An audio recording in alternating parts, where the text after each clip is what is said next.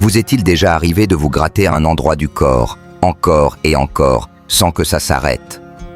On pense souvent à une peau sèche, une allergie ou un petit rien qui va passer. Mais parfois, une démangeaison qui s'installe, qui ne veut pas partir, pourrait être le signe de quelque chose de bien plus sérieux, des problèmes qui pourraient même affecter votre longévité. Votre corps a une façon bien à lui de vous parler quand quelque chose cloche, et ignorer ces signaux, c'est risquer de perdre des années précieuses. Aujourd'hui, je vais vous parler de 5 zones précises du corps où des démangeaisons persistantes, après 60 ans, pourraient indiquer des risques graves pour votre santé. Si vous ressentez une irritation dans l'une de ces zones, il est temps d'ouvrir grand les oreilles. Ces signaux, souvent négligés, sont peut-être la manière de votre corps de vous alerter avant qu'un problème plus grave ne se déclare.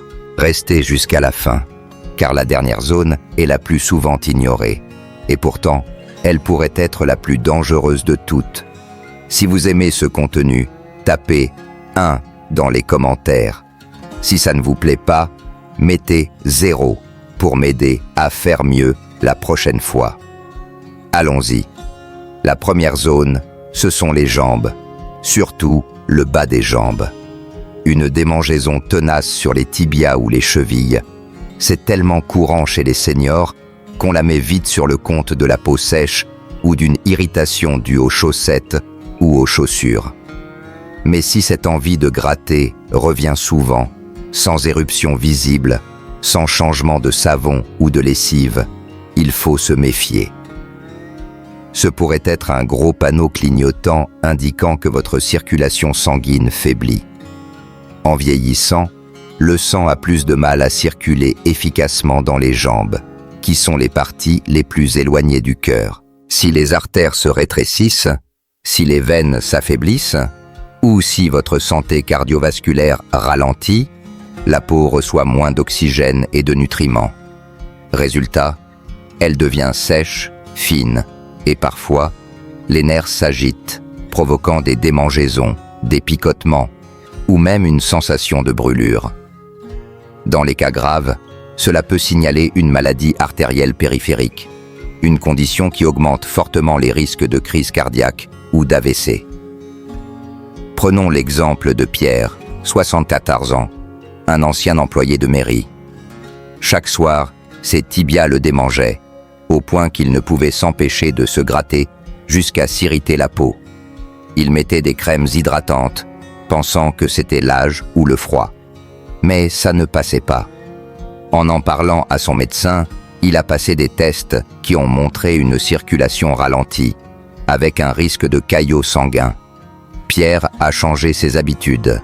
Il marche 20 minutes par jour, boit plus d'eau et mange moins salé. En 3 mois, ses démangeaisons ont diminué et ses analyses se sont améliorées.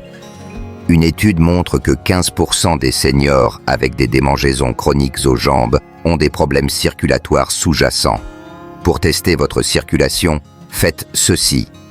Pressez votre tibia avec un doigt pendant quelques secondes, puis relâchez.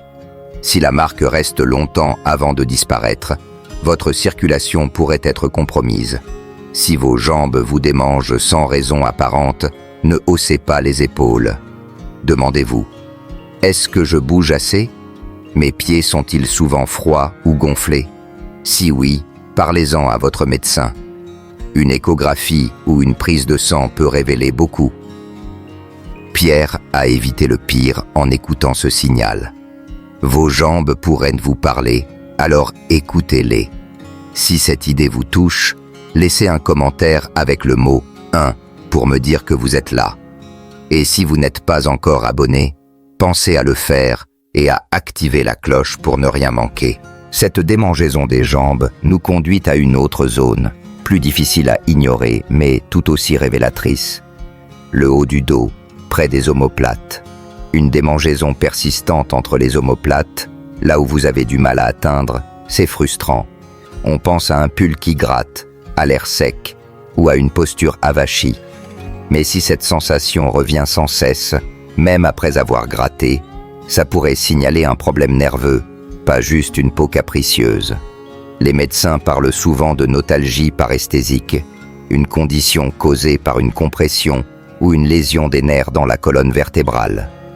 En vieillissant, les disques de la colonne perdent de leur haut, s'amincissent et peuvent pincer les nerfs du haut du dos. Ces nerfs, irrités, envoient des signaux anormaux au cerveau, créant une démangeaison ou des picotements, même s'il n'y a rien à la surface. Gratter ne sert à rien, car le problème vient de plus profond.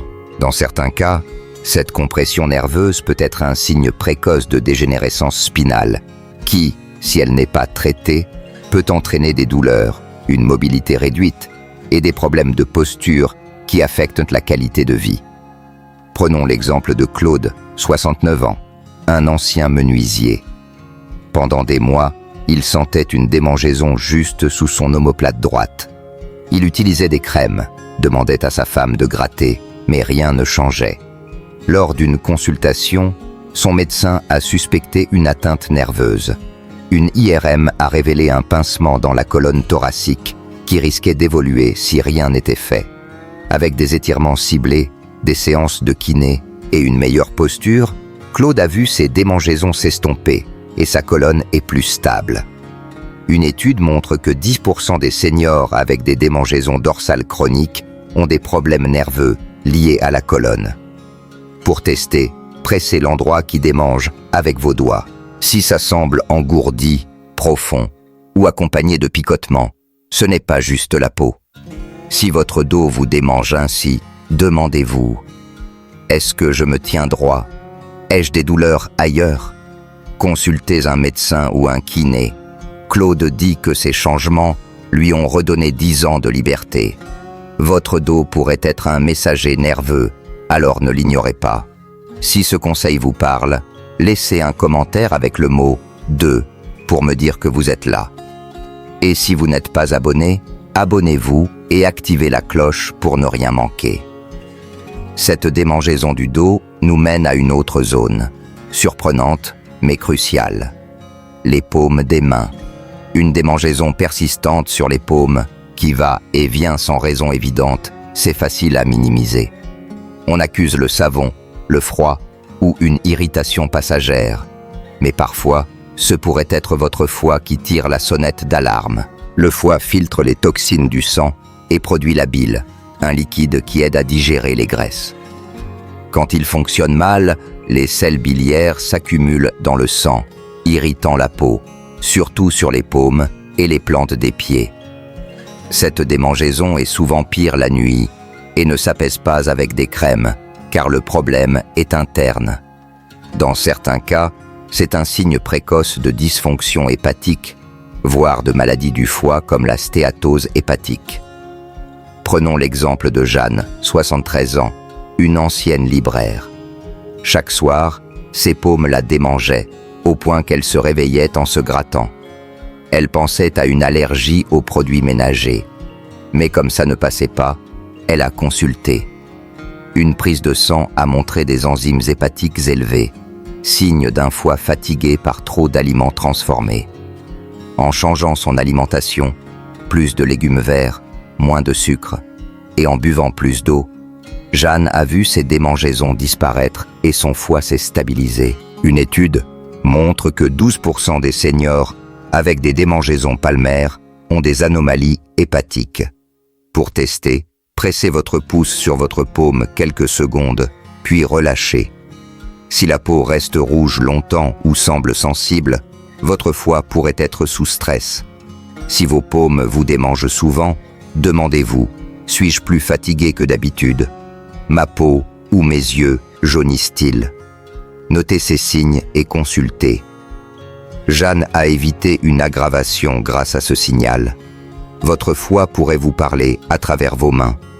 Si cette réflexion vous inspire, laissez un commentaire avec le mot « 3 » pour me dire que vous êtes là. Et si vous n'êtes pas abonné, abonnez-vous et activez la cloche pour ne rien manquer. Cette démangeaison des paumes nous conduit à une autre zone, souvent négligée, le cuir chevelu. Une démangeaison persistante sur le haut de la tête sans pellicule ni irritation visible, c'est agaçant mais facile à ignorer. On change de shampooing, on accuse l'air sec ou un bonnet. Mais chez les seniors, ce type de démangeaison pourrait signaler un déséquilibre de la glycémie.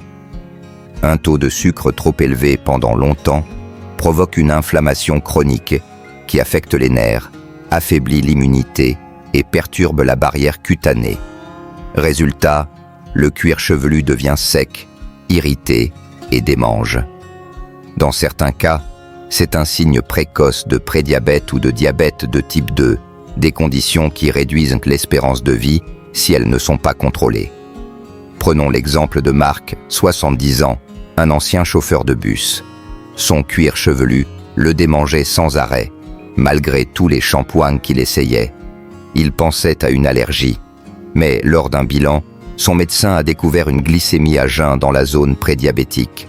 En réduisant les féculents raffinés, en marchant après les repas et en buvant plus d'eau, Marc a vu ses démangeaisons s'estomper et sa glycémie s'est stabilisée.